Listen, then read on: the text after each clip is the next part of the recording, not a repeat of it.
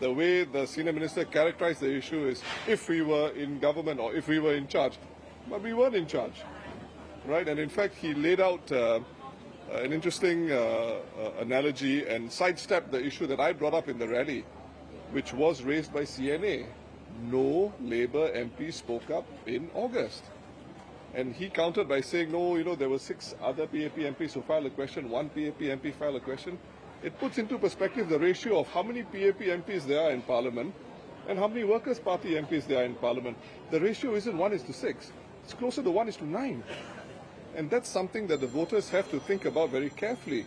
Because even if you look at the entire slate, 26 candidates that the Workers' Party has put forward, if Singaporeans vote all these candidates into Parliament, the ratio is still only going to be about 2 or 3 to 9.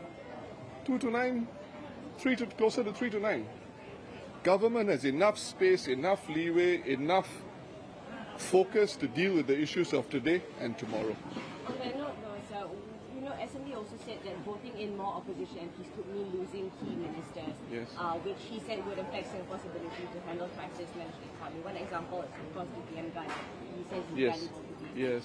You position it as Workers' Party backbenchers versus PAP's backbenchers. What is your response to this argument that a stronger opposition comes at the cost of effective governance for Singapore and the positioning that Mr. Lee has put forward in particular? I think it's a weak argument. It's a weak argument because precedent informs us otherwise. Let's look at George Yeo.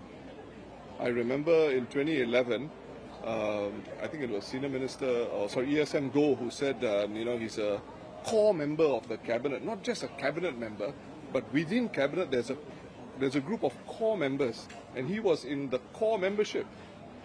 So, and I remember at that point also, a reporter asked him, is Mr. Tharman in the core membership?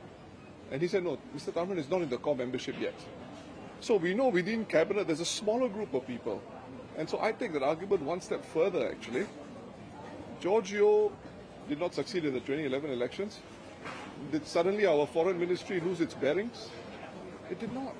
Because there's so much depth in Parliament, even though you may have 1/3 of Parliament in opposition hands.